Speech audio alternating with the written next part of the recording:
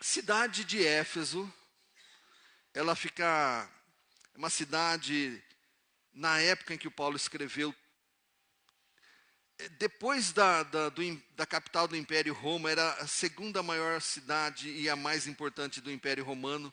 Na época tinha cerca de 300 mil pessoas vivendo em Éfeso. 300 mil pessoas. E surge ali essa comunidade de cristãos, né, que o Paulo escreve, o Paulo trata de muitas coisas.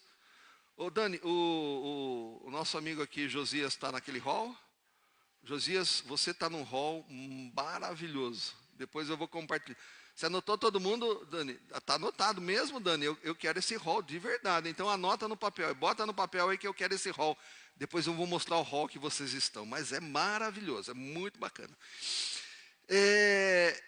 A cidade de Éfeso, essa comunidade começa a crescer.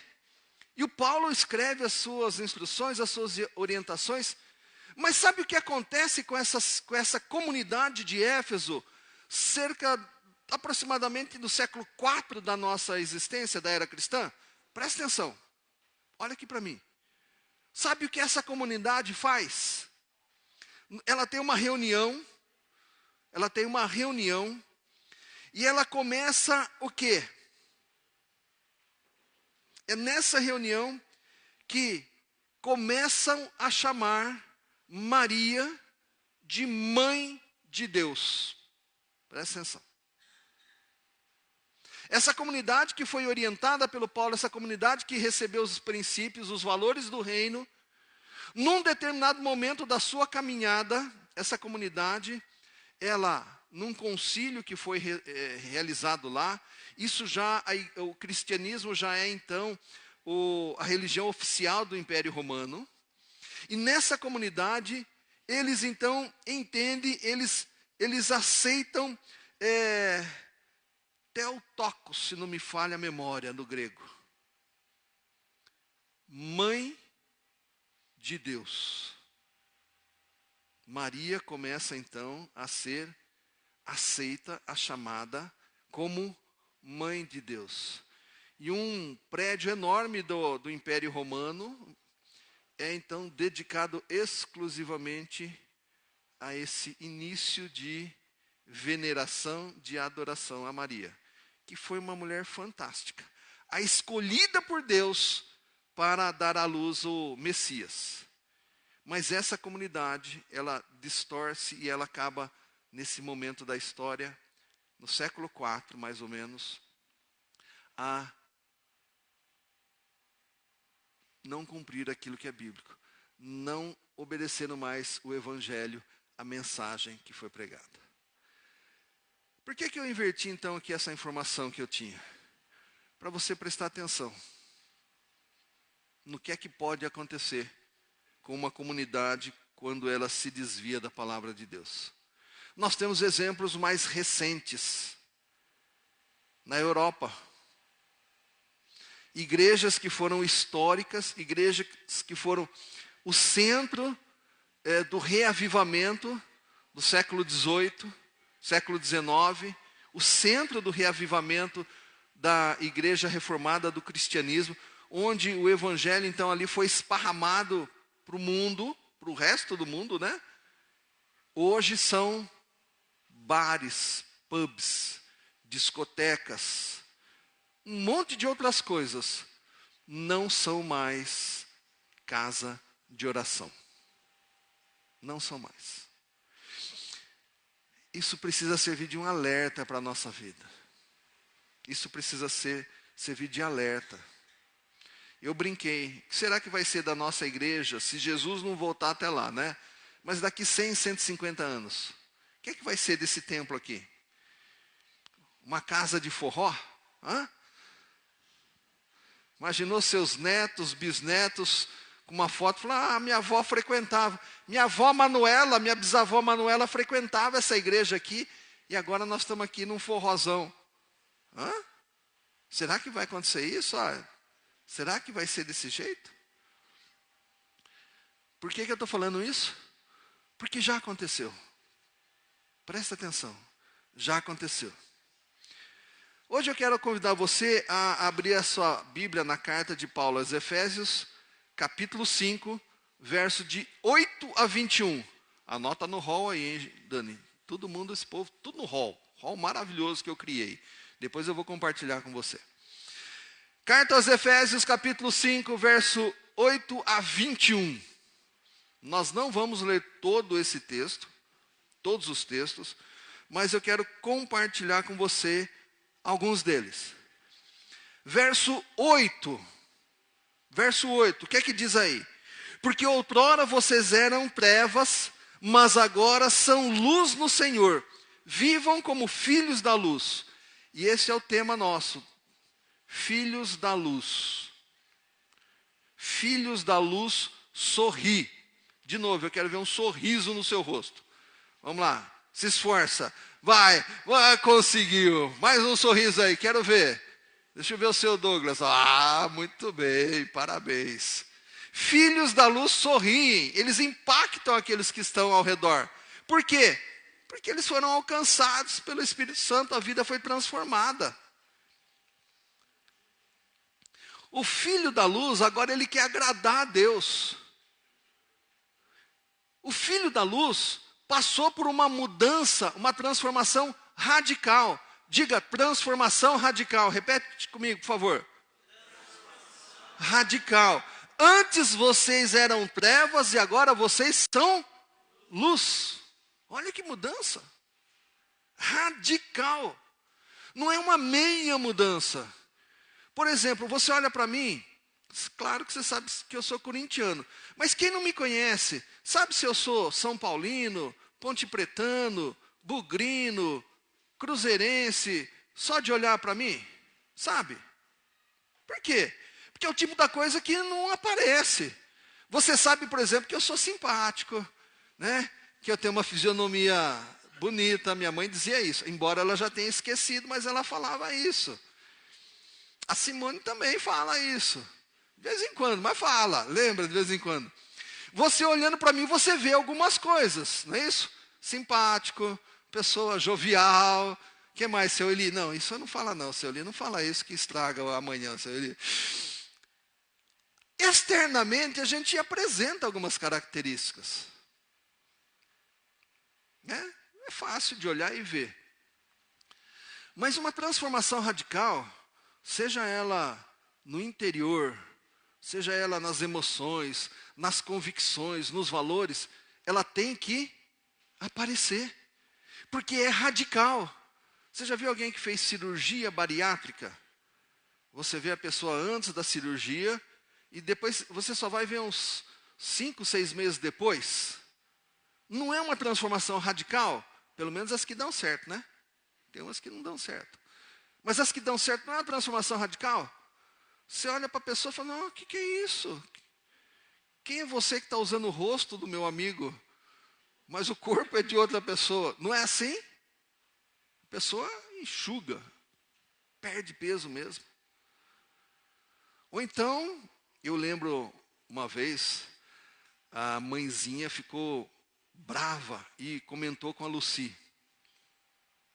Quem é aquela loira se encostando no pastor?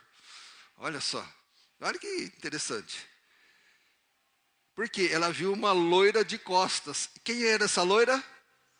Simone Cabelo Pintado. Olha só, uma morena pintou, não lembro se pintou o cabelo, mas você sabe do que eu estou falando, né? Fez luz, sei lá o que foi. Mudou a aparência dela, pelo menos no cabelo. E causou ali na mãezinha um choque. Ela viu de costas, que é aquela loira lá encostando no pastor? Uma mudança radical. Você está entendendo o que é mudança radical?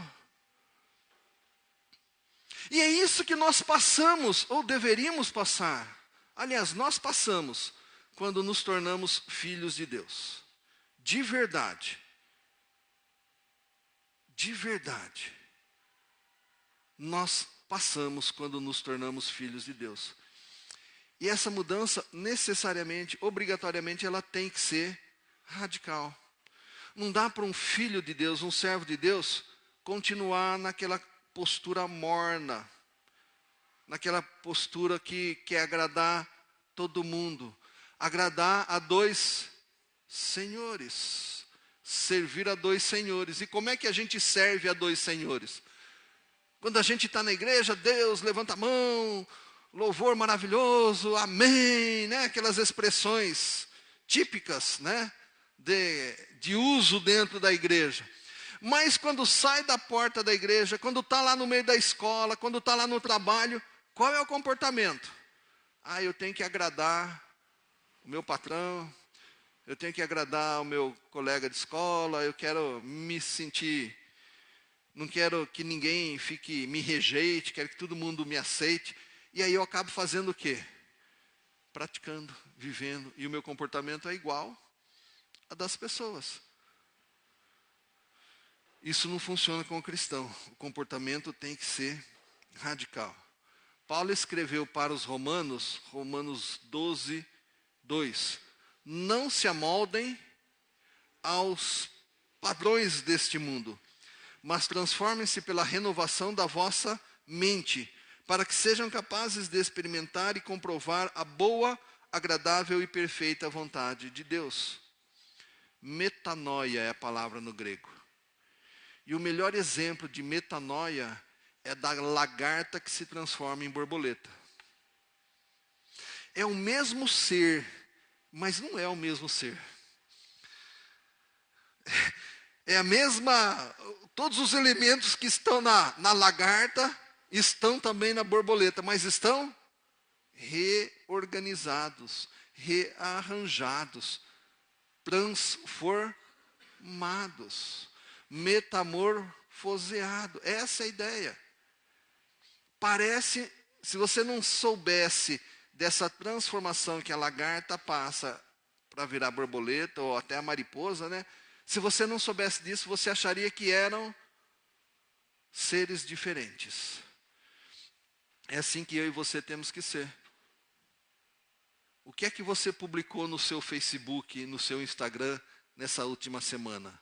Mostra que você é lagarta ou que você é borboleta? Mostra que você é cristão ou que você é e tem o mesmo padrão das pessoas do mundo?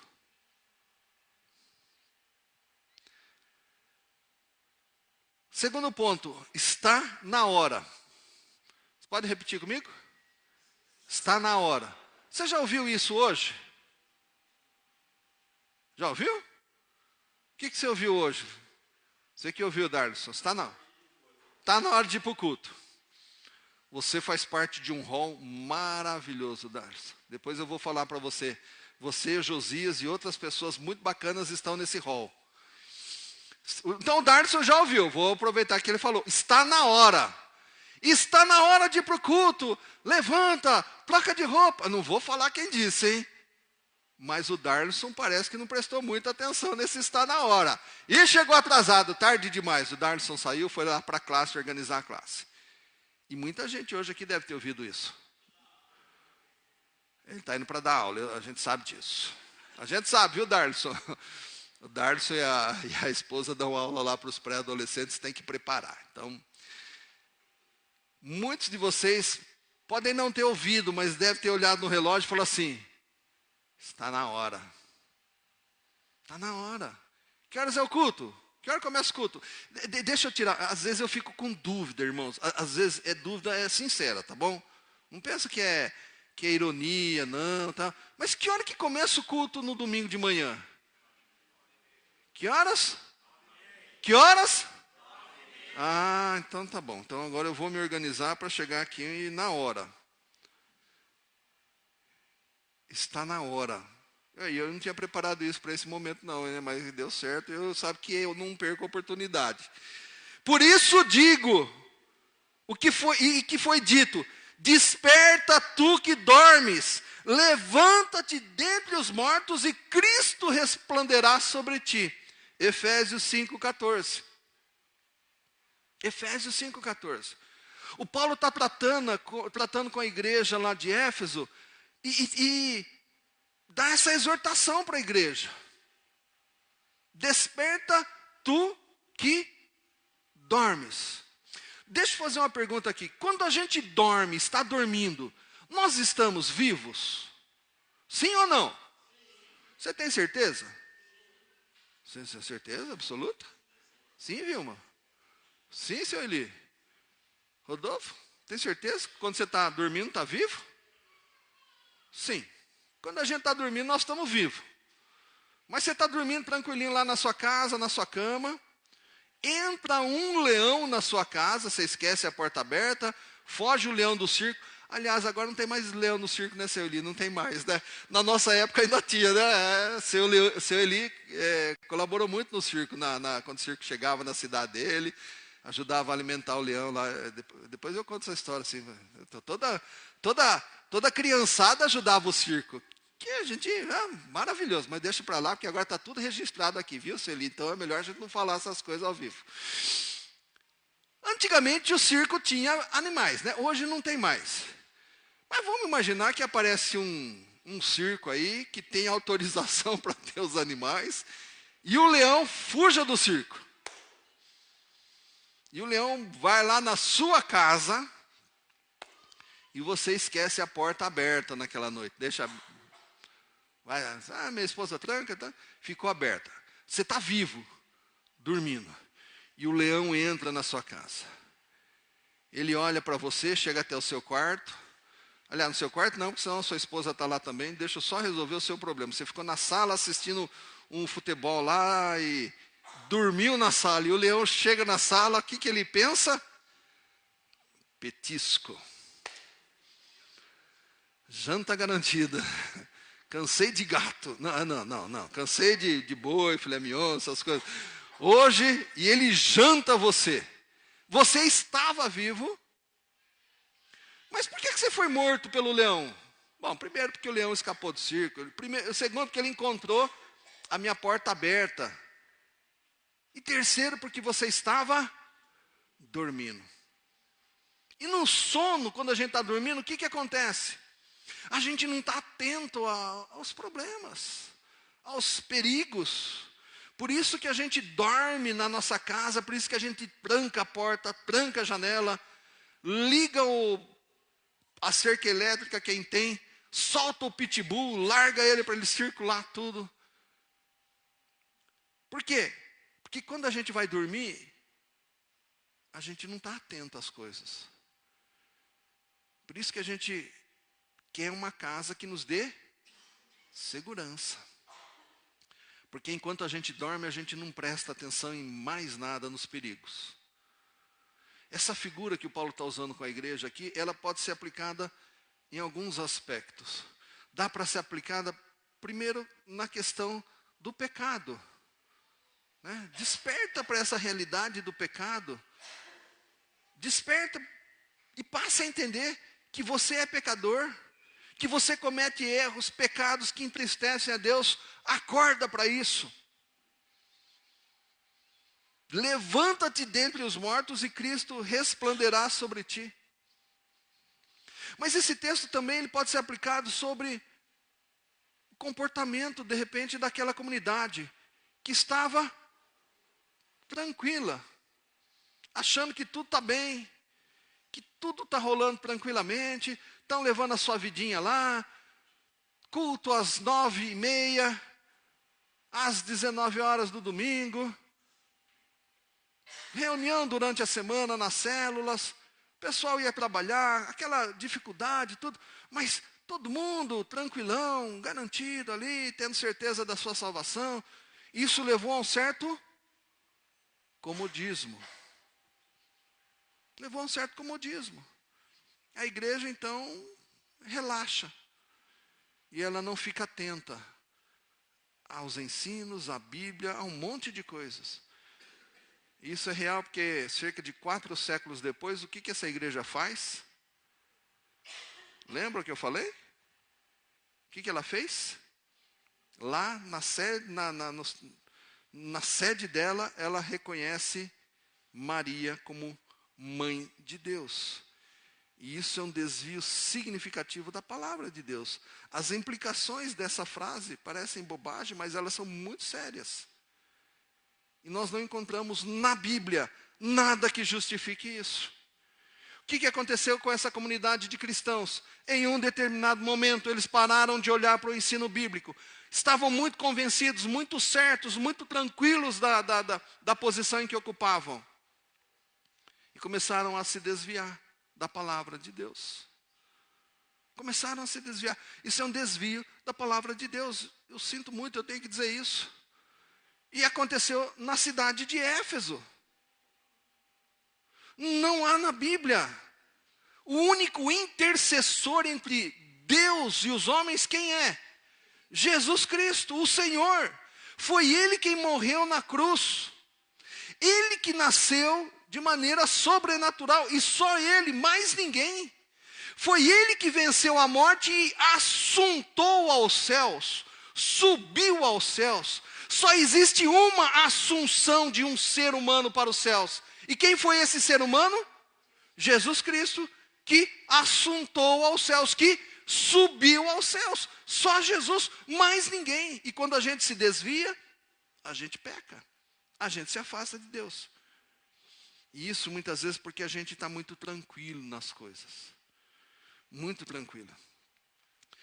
Por isso, desperta tu que dormes. Você já reparou que em alguns cultos eu falo assim, cutuca alguém que está do teu lado e diz assim, acorda? Reparou? Eu quero confessar uma coisa que você não tinha percebido até agora, eu quero confessar para você. É para tentar acordar alguns irmãos que estão cochilando no culto. Estão cochilando. E às vezes trabalhou demais, né? Veio para a igreja, e graças a Deus que veio para a igreja, então eu estou dando uma mão, entendeu? Eu não vou falar, eu só falo o nome aqui de quem eu tenho total liberdade, tá bom? Então, eu vou falar para a Manu assim, a Manu está ali. Manu, dá uma cutucada na Vilma aí para ela acordar. A Vilma não está dormindo agora e né, não é o caso. Mas vamos imaginar que eu percebo que você está dormindo. Já pensou que chato eu falar para quem está do teu lado aí dar uma cutucada aí no fulano que está dormindo? Então eu peço para todo mundo cutucar todo mundo. Pelo menos um alvo eu acerto. O outro que eu não tinha visto eu acerto também. E eu não sei qual é. Às vezes a pessoa está dormindo, não é porque ela está com o olho fechado, mas ela está lá em Bagdá. Em Nárnia, obrigado. Lá em Nárnia. Já assistiu o filme de Nárnia? Assiste que é interessante. Mas está com a cabeça lá na lua. Essa expressão deve ser uma coisa mais do seu tempo, né? Acorda, menina, está com a cabeça na lua? Né? Já pensou se eu falar para quem está ao teu lado, dá uma cutucada aí no fulano e diz, acorda, está com a cabeça na lua? Porque daqui de cima eu vejo muita coisa, eu já disse. É interessante outras coisas que a gente acaba vendo aqui de cima.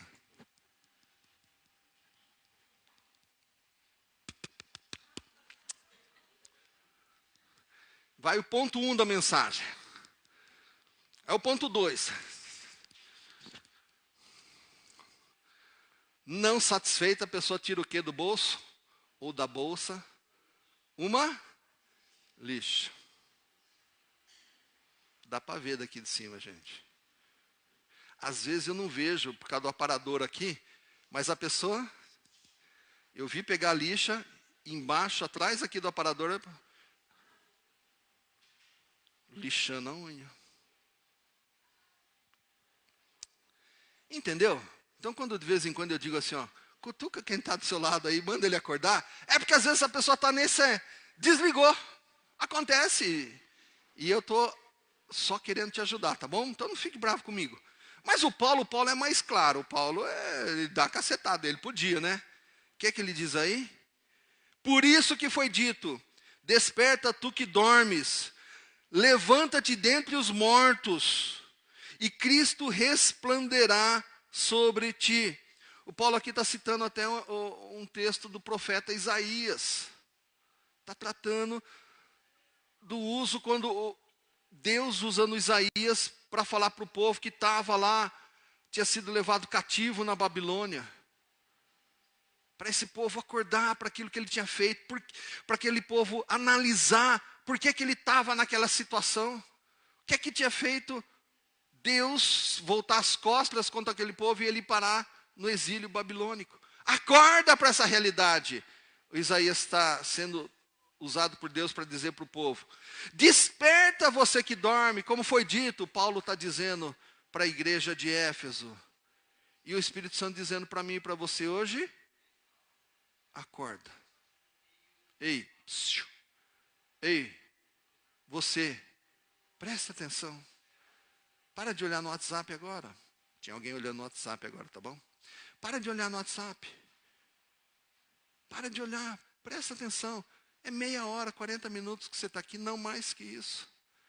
Esteja presente aqui. Diga para o teu irmão que está ao lado, ó, esteja presente aqui. Deixa eu aproveitar agora, tá bom?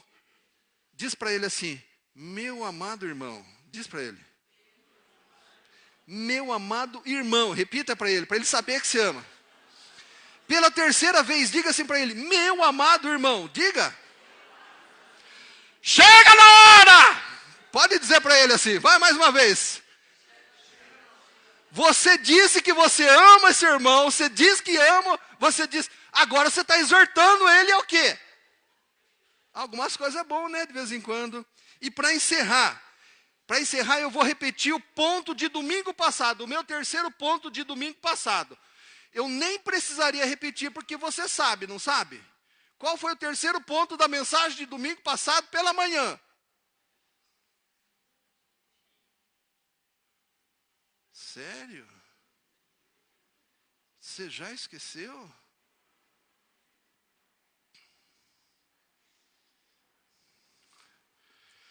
Deixa eu tomar uma água aqui, agora me deu batedeira, gente. Eu achava que eu não precisava, que a gente... Outro dia eu estava conversando com o pastor Gerson, falando: pastor Gerson, eu fico tão feliz, aquele povo da nossa igreja, a gente tão atenta, todo mundo, durante o culto a gente vê eles anotando, eles não esquecem a mensagem. Não se enganem, repita comigo, não se enganem. Esse foi o terceiro ponto da mensagem do domingo passado. Não se engane, e eu vou repetir ele hoje. Vou usar um outro texto, mas o ponto é o mesmo. Não se enganem. Carta aos Efésios 5:18. Não se embriaguem com vinho, que leva à libertinagem, mas deixem-se encher pelo Espírito Santo. Está com a sua Bíblia aberta aí? Lê comigo aí, vamos lá. 1, 2 e... lê comigo, vocês leem, tá bom? Vamos ler também? Não importa a versão? Vamos lá? 1, 2 e... Não se embriaguem com vinho, que leva à libertinagem, mas deixem-se encher pelo Espírito. Provavelmente o Paulo estava fazendo uma referência aqui, provavelmente, né? Não, a gente não pode afirmar com certeza, mas provavelmente as festas de Baco. Lembra que a cidade de Éfeso era uma cidade enorme, grande, e lá tinha gente de todas as religiões do Império Romano, lembra disso? Baco era o deus do vinho, né? O deus ali do vinho. E o que acontecia quando o pessoal... Tinha gente que gostava muito desse deus aqui. Estavam até vendo se dá para pegar um santo cristão e transformar no... Mas não deu certo, né? Mas o deus do vinho, o Baco. O que o Baco... Qual era a maneira de se adorar a Baco? Pessoal bebia até ficar totalmente doidão. E aí o pessoal saía correndo pela cidade, gritando, fazendo aquele fuzuê. Você já viu algum bêbado fazendo fuzuê? Já viu? Tem uma citação aqui. Deixa eu ver se eu... Onde é que está aqui? Deu um pane aqui no meu... Quando eu fui baixar a minha... está aqui. O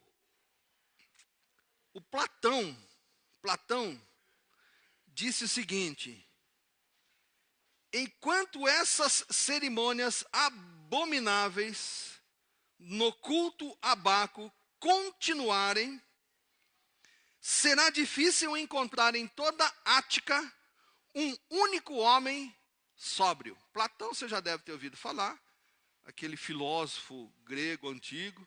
Isso é uma citação do Rosenmüller, né, um historiador, um filósofo também. E ele fala do Platão, que está fazendo uma citação lá na cidade de Ática.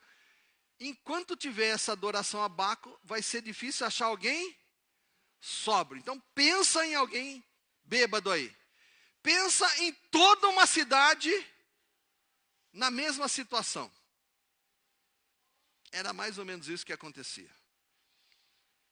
Claro que em Éfeso nem todo mundo adorava a Baco, né? Mas tinha uma grande, os deuses gregos, os deuses romanos, eles tinham grande influência naquela cidade. Então muita gente adotava aquela estratégia. Por exemplo, a gente vê hoje essa libertinagem, acontece muito quando hoje? Que festa que acontece nos nossos dias? Carnaval. Carnaval. Festa da carne, né? O que significa a palavra.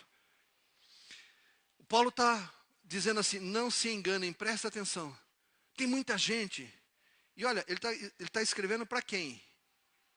Só para a gente relembrar, para quem que Paulo está escrevendo? Para o povo da igreja. Ele não tá escrevendo para o povo de Éfeso, ele está escrevendo para os cristãos que vivem em Éfeso. Não se embriaguem. Então, por Paulo escrever isso, provavelmente estava rolando o quê? Eu sou cristão. Mas no dia do Baco, eu vou adorar Baco. Quem sabe, né? Provavelmente estava rolando alguma coisa do tipo lá. Então, Paulo diz assim, não se enganem, não se embriaguem com vinho, que leva à libertinagem. Você conhece uma pessoa bêbada, você sabe o que ela faz. E tem muita gente que diz assim, eu vou beber porque eu quero extravasar. Por quê? Porque sob essa manto da embriaguez, a pessoa é, entre aspas, justificada dos seus atos. Você viu o que fulano fez? Vi. Mas ele estava bêbado. Hoje em dia tem uma outra desculpa aí, né? Você viu o que fulano fez? Eu vi. Mas o fulano é meio doidinho. O fulano é meio assim mesmo, né? Eu estou conversando com umas pessoas, estou falando assim, acho que a partir de agora eu vou adotar isso, eu vou ser meio doidinho. O pastor Tamar, não liga o pastor Tamar é meio doidinho. Olha que coisa boa. Vou poder falar o que eu quiser, dar a dura que eu quiser, do jeito que eu quiser. Não liga o pastor Tamar não, ele é meio... Já viu isso? Fulano não... A gente nem fala às vezes, né? Fulano não... E aí a gente aproveita, né? Cuidado, hein? Não se engane, Paulo diz. Não serve a bebedeira, não serve esse negócio de ser doidinho, não. Não serve essas desculpas. E não se embriaguem com vinho, mas encham-se pelo Espírito Santo. São 10:10. 10:10. Eu espero que você tenha prestado atenção. Porque a minha esperança e a minha expectativa é que essa palavra, esse texto, faça o que na minha vida e na sua? Provoque mudança, provoque transformação. Que Deus abençoe a sua vida, que Deus cuide de você, que Deus nos desperte para essa realidade. Baixa a cabeça, fecha teus olhos. Deus bendito, muito obrigado pela tua graça, misericórdia, por esse tempo. Ajuda-nos, ó Deus, a aproveitarmos enquanto temos a liberdade de anunciar, de pregar e de viver o teu evangelho. Ajuda-nos, ó Pai, a sermos testemunhas fiéis e eficazes da tua salvação. Cuida de nós que estamos aqui na igreja, no templo, nas salas, dos irmãos que estão em casa, que possamos aproveitar absolutamente tudo. Nós oramos no nome de Jesus. Amém.